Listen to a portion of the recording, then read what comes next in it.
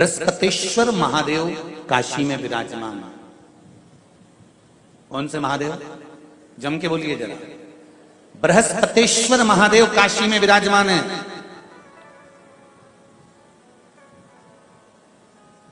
जो अंगूठी में पुखराज नहीं पहन सकते,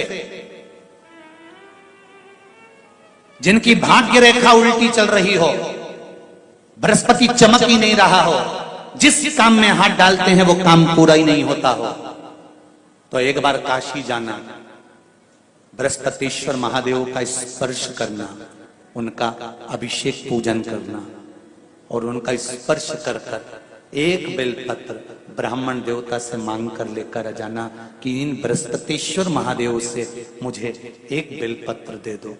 तुम्हें पुखराज पहना कि नहीं पहना, हीरा रतन माणिक पहना कि नहीं पहना, वो बेलपत्र इतना चमत्कार कर देगी कि जिंदगी में कभी संपदा की कमी आएगी नहीं। अगर बृहस्पति नहीं चमके तो बृहस्पतेश्वर महादेव, जहां पर बैठकर बृहस्पति भगवान ने शंकर भगवान की आराधना करी है, रोज गंगा जल जाना, गंगा जल लेकर आना, शिव जी की आराधना करना, एक शिवलिंग का निर्माण करा, उसकी आराधना में बृहस्पति भगवान डूब गए, उसकी आराधना में बृहस्पति महाराज निरंतर लगे रहे और इतनी आराधना बृहस्पति महाराज ने करी, इतनी आराधना करी बृहस्पति महाराज ने कि शंकर भगवान सामने प्रकट हो गए। मांगो बृहस्पति, तुमको क्या चाहिए? कुछ नहीं, केवल आपका भजन। नाम रख दिया, तुम्हारा नाम बृहस्पति रहेगा। बृहस्पति भगवान का एक नाम बृहस्पति भी रख दिया और तुम साधारण नहीं रहोगे। तुमने मेरी आराधना करी है तो देवताओं के गुरु बनकर विराजमान होगे।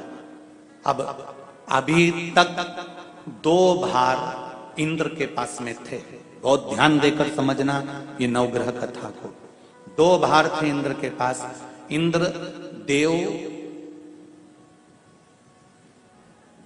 देवताओं के गुरु भी बनकर बैठे थे, देवगुरु बृहस्पति की जगह पूर्व में इंद्र ही देवगुरु का पद संभाल रहे और देवराज का पद भी इंद्र के पास में था। कौन कौन से पद थे? जम के बोलो जरा।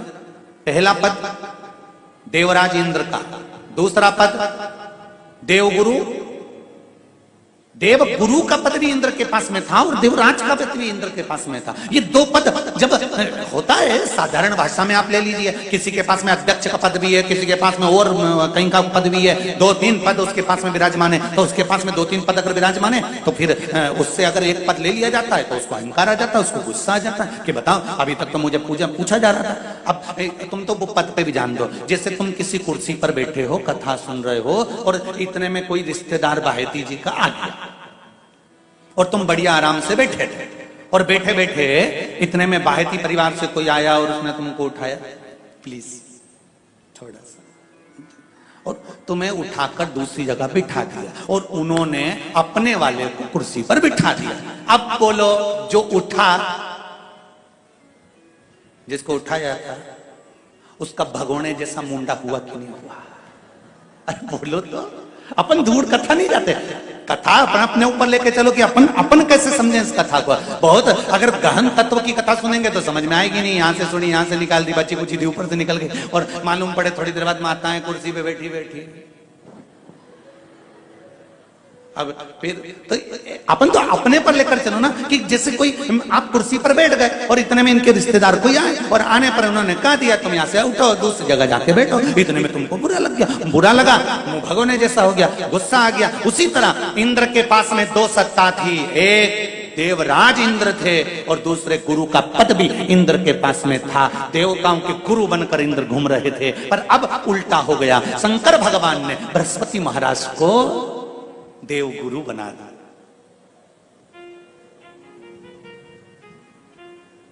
अब जैसे ही देवगुरु बनाया तो इनका इंद्रदेव का मुंह, अरे वो बोलो तो तुम, भगोन ऐसा हो गया, कुर्सी उतरी कि मुंह भगोड़ा। अब इनका मुंह भगोने जैसा हो गया तो गुस्सा तो गुस्सा। इतने में इंद्र ने, बृहस्पति महाराज देवगुरु बन गए। इंद्र सिंहासन पर बैठे थे, अप्सराओं का नृत्य देख रहे थे। वहीं से देवगुरु बृहस्पति का आगमन हुआ। बृहस्पति महाराज जैसे ही आए तो इंद्र तो सिंहासन पर बैठकर पूरा अप्सराओं का नृत्य देख रहे थे, उनको देवगुरु बृहस्पति से मतलब ही नहीं था।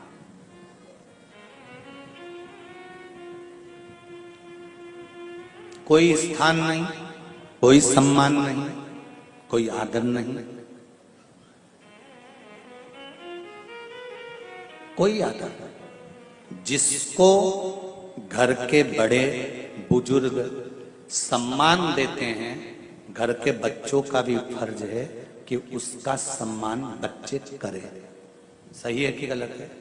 घर के बुजुर्ग उसको सम्मान दे रहे हैं ना, घर के बड़े उसका सम्मान कर रहे हैं ना, तो घर के बच्चे कहते हैं नहीं, वो तो हमारे लिए गलत सोचता है, हमेशा हमारे लिए अपशब्द बोलता है, हमेशा आड़ा टेढ़ा बोलता है। तो घर के बुजुर्ग कहते हैं तुम्हें क्या करना, जब हम सम्मान दे रहे हैं तो तुम भी दो, हम आदर कर रहे हैं तो तुम भी करो।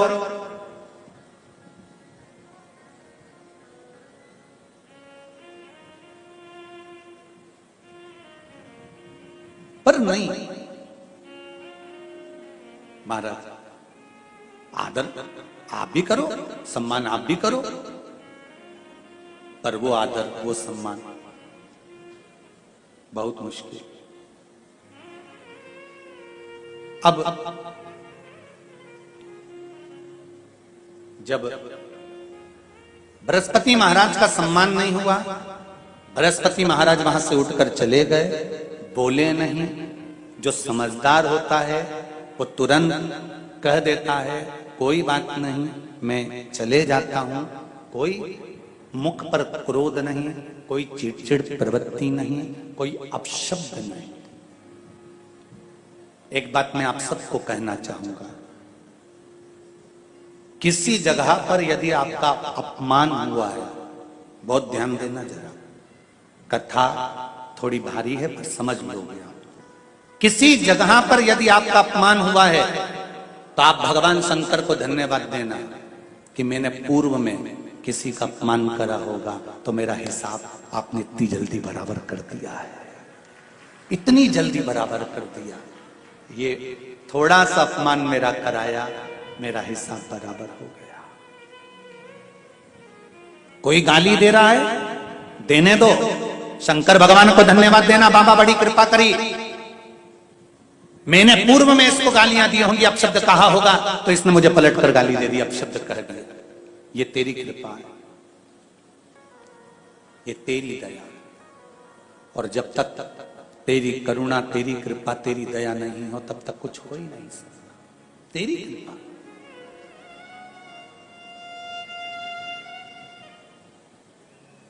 भगवान से कहो हे देवाधिदेव महादेव, मैं ये नहीं कहता कि मुझे रोने मत देना,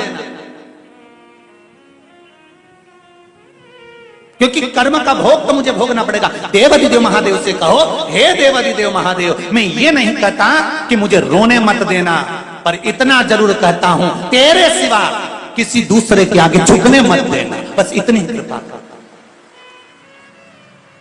मैं ये नहीं कहता कि मुझे रोने मत देना, बस तुझसे निवेदन है कि केवल तेरे दरबार के अलावा किसी दूसरी जगह पर मुझे झुकने मत देना, क्योंकि मैं जानता हूं अगर तू मुझे अपना समझता है, झुकने नहीं दे सकता तो फिर रोने भी नहीं देगा। मान लो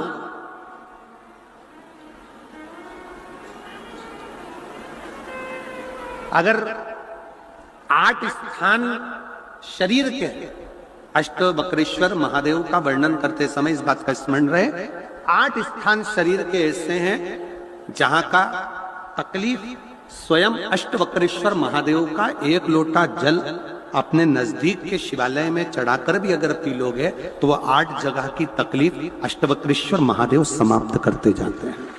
8 स्थान, पहला नेत्र, ये भुकुटी के बीच का स्थान, भुकुटी के मध्य का स्थान। मान लो ये भुकुटियां दर्द करती हैं या मध्य में दर्द होता है, उसके लिए अष्टवक्रेश्वर महादेव का जल, मतलब अपने घर के पास जो भी शिवलिंग है वहां 1 लोटा जल अष्टवक्रेश्वर के महादेव के नाम से चढ़ाकर उसका पान, भुकुटी। दूसरा कंधा, पीठ।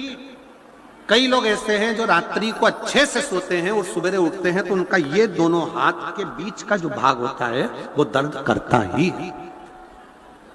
उस समय पर अष्टवक्रेश्वर महादेव का स्मरण, अष्टवक्रेश्वर महादेव का जल उसका पान। तीसरा, रीढ़ की हड्डी का डॉक्टर बोल दिया कि ये गुरिया खसक गया है, 1 नंबर 2 नंबर 3 नंबर का यदि कोई क्रम खसक गया है तो उस स्थान के लिए भी अष्टवक्रेश्वर। आप ऑपरेशन बाद में कराना, डॉक्टर बोल दिया है आप ऑपरेशन कराओ, मना नहीं है, पर एक बार अष्टवक्रेश्वर महादेव के नाम से दुर्वा बेलपत्र चढ़ाकर, जल चढ़ाकर सुबह में दुर्वा का सेवन, प्रदोष काल में बेलपत्र का सेवन, और रात्रि को सोने से पहले जो जल अष्टवक्रेश्वर का चढ़ाया हुआ है उसका पान करिए। आपकी रीढ़ की हड्डी का कैसा भी क्रम होगा वो ठीक होना प्रारंभ हो जाएगा। अष्टवक्रेश्वर,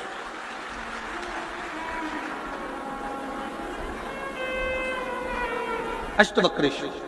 चौथा स्थान बताया, अगर चेस्ट में कोई तकलीफ आती है, चेस्ट में गांठ हो जाए या चेस्ट में कोई प्रॉब्लम खड़ी हो जाए तो उसके लिए भी अष्टवक्रेश्वर महादेव का स्मरण किया जाता है। 2 छोटे छोटे पात्र में जल लिया जाता है, दोनों पात्र का जल एक साथ शिव पर छोड़ा जाता है। चेस्ट के लिए दोनों पात्र का जल छोड़ा जाता है और उस जल का पान नंदी के पास बैठकर किया जाता है अष्टवक्रेश्वर नाम से। अष्टवक्रेश्वर।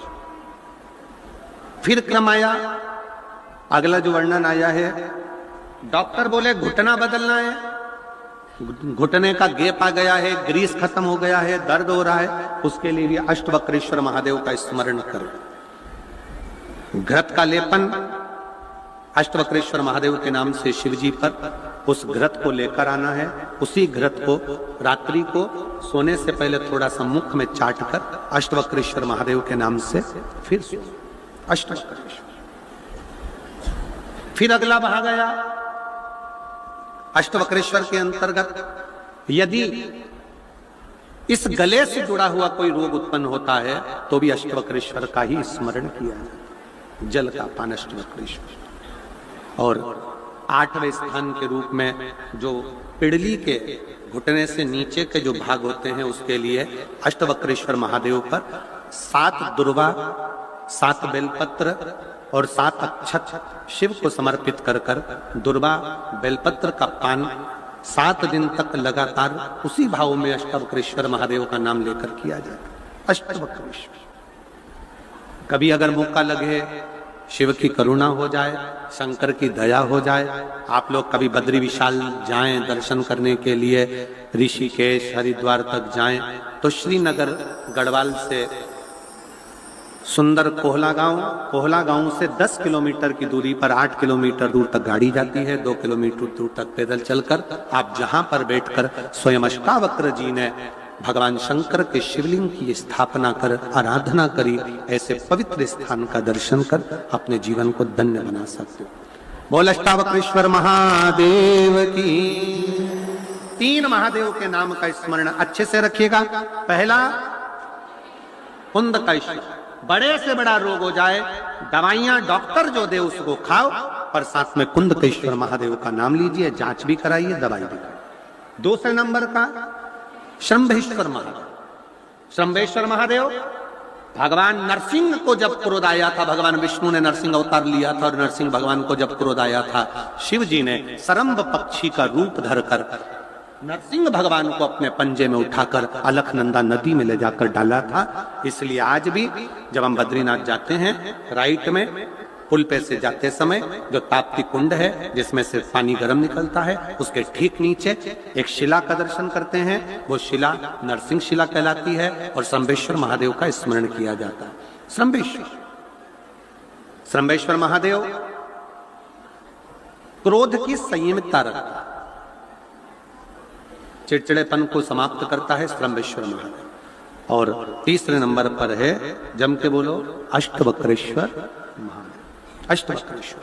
ये शिव महापुराण की कथा कहती है देवी जी का एक स्वरूप अरण्यानी, जो आज भी भारत की भूमि पर कई मंदिर है माता के, उसमें एक प्रसिद्ध मंदिर है बिहार में।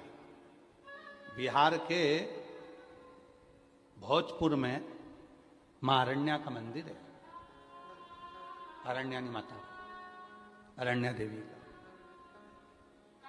बिहार के भोजपुर में, जो 80 घाट पर बैठकर महाराज आसी नदी के तट पर जो माता ने जो तप साधना करी 80 में, वो तप साधना का कि ये सब दुखी क्यों है।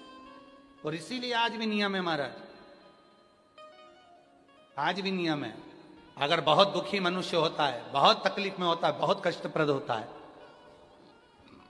उसके दुख का जब कोई निवारण ही नहीं होता, कहीं कोर्ट का केस, कचहरी, थाना, पुलिस, डॉक्टर, कहीं एक्सीडेंट, कहीं फैक्ट्री चलती चलती बंद हो गई, व्यापार चलता चलता बेकार हो गया, हर तरह से जब वो हताश हो जाता है, तब अब आप लोग तो बिहार भोजपुर जाकर, बिहार के भोजपुर में अरण्या देवी का मंदिर है, और आप तो वहां नहीं जा सकते, तो उसके लिए 7 लाल पुष्प या एक ही पुष्प की 7 लाल पत्तियां, 7 दुर्वा के साथ में, 7 लाल अक्षत के साथ में, यदि अरण्यानी देवी के नाम से, अरण्यानी देवी के नाम से यदि बेलपत्र के वृक्ष के नीचे समर्पित कर दिया जाता है, तो वो अरण्यानी देवी तुम्हारे घर के जितने भी दुख होते हैं, चाहे कोर्ट से जुड़ा हो, पुलिस से जुड़ा हो, चाहे फैक्ट्री बंद हो रही हो, व्यापार बंद हो रहा हो, तो अरण्यानी देवी उसको संभाल लेती है और बल देकर उसको पुनः आगे बढ़ा देती है। अरण्य वरुणा और अस्सी जिसके बीच में बसी है वाराणसी, ये अस्सी साधारण नहीं है, ये वरुणा साधारण नहीं है। आप लोग तो सब वाराणसी के निवासी हो, तो आप लोगों को ज्यादा ज्ञान होगा कि इन नदियों के तट पर बैठकर कितनी साधना हुई होगी, क्यों भगवान वाराणसी में आकर बस गए, क्यों भगवान ये 2 नदियों के मध्य में आकर बस गए, ऐसा क्या हुआ, वरुणा और अस्सी ने ऐसा कौन सा पुण्य फल पाया था जो ये गंगा मैया उनसे मिलने के लिए आ गई, ये गंगा का संगम हो गया। गंगा तो काशी में थी ही नहीं, गंगा तो काशी में थी ही नहीं।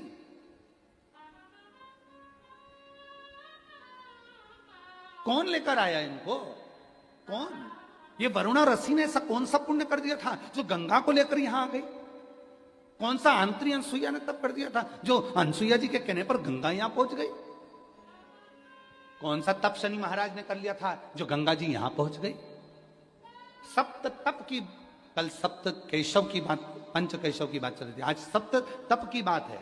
शनि महाराज का तप, आंतरी अनसुईया का तप, वरुणा का तप, आसी का तप, भृगु का तप, कितने तप है यहां। और उस तप के बल पर कोई गंगा ऐसे ही नहीं आई है, गंगा का तो सीधा सीधा रूट था, गंगा सीधी जा रही थी, पर काशी के लिए मुड़ी फिर चली, काशी के लिए मुड़ी फिर चली, क्यों आई है। कभी विचार करना, वाराणसी में निवास करने वाले कभी विचार करें कि गंगा मैया को लेकर आने वाला, गंगा मैया को यहां स्थापित करने वाला, गंगा मैया किसके कहने पर क्यों आई, किस तप के बल पर, किस साधना के बल पर, किस भाव से यहां पहुंच गई, कभी विचार करिए। अस्सी के तट पर कौन सी देवी है, जम के बोलो, अरण्यानी देवी।